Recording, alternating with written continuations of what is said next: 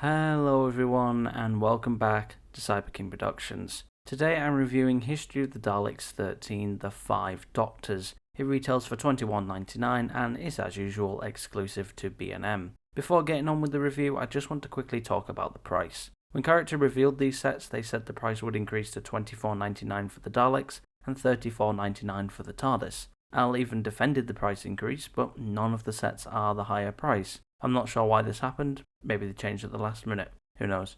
Starting off with the box, and I've got to say I love this new style. The graphics are very striking and look amazing. It's also great to finally get a nice backdrop, even though it does get destroyed when opening it, but at least it looks good. One of my favourite elements is that the front graphic continues onto the left side, as well as the right side continuing onto the back. I do wish all the sides linked up together though. I think that would have been a really stunning design. A fun little fact about the colours seen on these new sets. Each Doctor now has their own colour. Yellow is for the 6th Doctor, as seen on the TARDIS and Revelation set. Purple is for the 7th Doctor, as seen on the new Remembrance set. And light blue is for the 4th Doctor, as seen on the new Deadly Assassin set. You're probably thinking that the blue on this set is for the 5th, but it's actually not. The blue for this set is for sets that don't fit into a specific Doctor, much like the new series Dalek set. The front of the box features the Doctor Who logo in the top left corner and the Five Doctors 1983 text in the top right. Below this are a couple of info diamonds that state that you get the First Doctor and the Gallifrey Death Zone Dalek, and that they're in the 5.5 inch scale. At the bottom is the History of the Daleks 13 text, which is accompanied by the gold limited edition sticker. Both sides of the box repeat information from the front, with the back featuring a write-up about the Five Doctors story and some info about the Dalek prop. There's actually a typo on the back as well, as it says William Herndl, not Richard Herndl. How that got past final checks, I don't know. The top features the horizontal version of the Doctor Who logo, while the bottom just has lots of legal gobbledygook. Opening up the box shows off the Vortex-inspired backdrop that is unfortunately destroyed when taking off the blister packaging. But that's enough about the box. Let's take a look at the First Doctor and Dalek. So here is the First Doctor and the Gallifrey Death Zone Dalek. I think they both look amazing. So first off, let's start with the First Doctor. Many years ago, the prototype for this figure was leaked alongside many other prototypes. We all thought this figure would never see the light of day, but thankfully Character have finally been able to give us the First Doctor as portrayed by the late Richard Herndl. It's always great to see another prototype come to fruition. The only new part of this figure is the head, as the body is taken from the Hartnell First Doctor, but that's completely fine. It does the job really well and is 95% accurate, which is brilliant.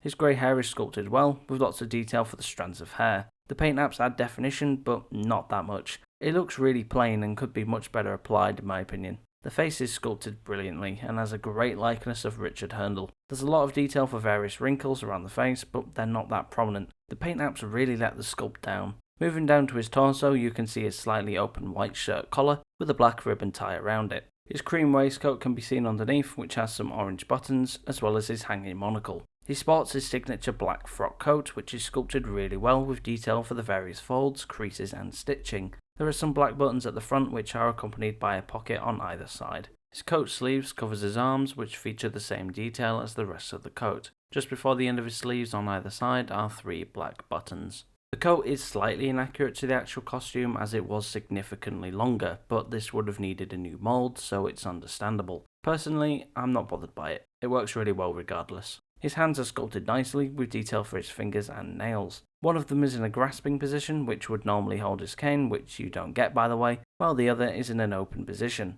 They've painted on black fingerless gloves as well, further matching Herndl's costume. His trousers are plain dark grey, and, like the coat, feature detailing for folds, creases and stitching lines. Finally are his glossy black shoes that feature some slight detailing, but the black paint covers it up a lot.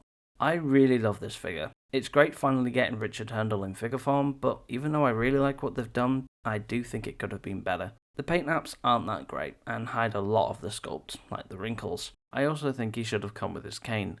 Now let's move on to the Death Zone Dalek. This is actually the first time we've got this Dalek, which is pretty rare to say when it comes to Dalek figures. The Dalek has a dark grey and black colour scheme, with the grey having a bluish hue to it. It features some new tooling for the dome lights and the raised neck bin. Starting off with the grey dome, it features the new dome lights that look really great. They've been sculpted really well, with the large grey multi-layered base and transparent red top. The grey eye stalk is the standard version used on most classic Daleks. It's sculpted nicely with detail for the different sizes of rods, black eye rings and slightly recessed white iris and black pupil. I don't understand why they used this specific eye stalk. It looks absolutely nothing like the prop. A better one would have been the new one they made for the Necros Daleks. The dome does have a tiny inaccuracy as it's supposed to have a small stick coming out of the top.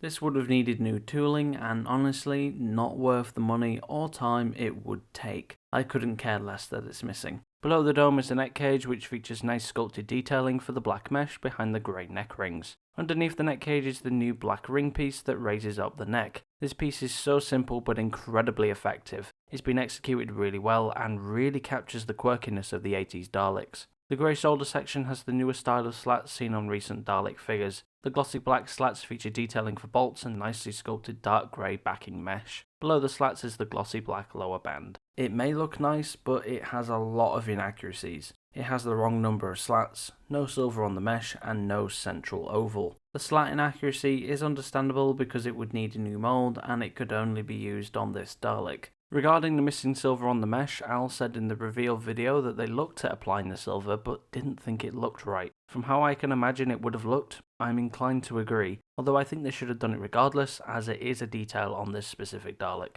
The last inaccuracy, that being the missing oval, doesn't make any sense to me. I don't get why they didn't reuse the oval shoulder section that they've used countless times. I hope they just didn't see it and not that they altered the mould to make the Necros version. It is fairly difficult to see, so hopefully that's the reason. The grey ball joints are connected to the Dalek's appendages, that being the manipulator arm and the exterminator. The manipulator arm is painted in the same glossy black as the slats, aside from the top, which is painted silver to represent the inner rod. The plunger itself is painted matte black.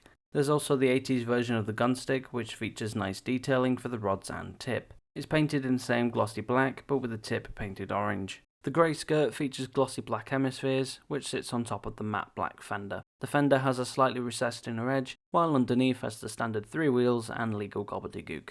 I think they did a good job with the Dalek, and like the first Doctor, I'm glad we finally have it. I just wish it was slightly better. It bugs me a lot that the oval isn't present. If they had added that, I would be really happy with it. Now, let's talk about the articulation. Starting with the first Doctor, his head can slightly turn to the side, but this is hindered by the clothing. Just be careful when twisting it as his head does tend to pop off. There's a 360 degree turn on the shoulder, 360 degree twist on the upper arm, 90 degrees at the elbow, and a 360 degree twist on the wrist. His waist can twist 360 degrees, his legs can kick out about 45 degrees, they can also spread out about 45 degrees, but this is hindered by the clothing. There's a 360 degree twist on the thigh and a final 90 degree bend on the knee. The Dalek has the standard articulation seen on Dalek figures. The head can turn 360 degrees, the eye stalk can pivot up to 90 degrees, both the arm and the gun are on ball joints, allowing a good degree of movement, and lastly the Dalek is able to roll around due to the wheels underneath. When doing a size comparison, you can see both the Doctor and the Dalek fit in well with other figures and TARDISes from the lineup. So overall, what do I think about the set? I like it, but I do think it could have been executed better. The first Doctor is good, but does have some weak paint apps on the hair and face. I also wish he came with his cane. He had it constantly in the Five Doctors, so it feels strange to not include it. The Dalek is great, although it has a fair number of inaccuracies, and while I think most of them are understandable, except for the oval, they did the best they could. It's still a great set and one I'm glad to add to my collection, even more so because it adds more characters to the Fifth Doctor's era. So that concludes this review. If you liked it, please leave a like and tell me what you think in the comments below. If you enjoy Doctor Who content, then make sure to hit that subscribe button so you don't miss any of my future videos, including games, reviews, and much more. Thank you all so much for watching, and until we meet again, goodbye.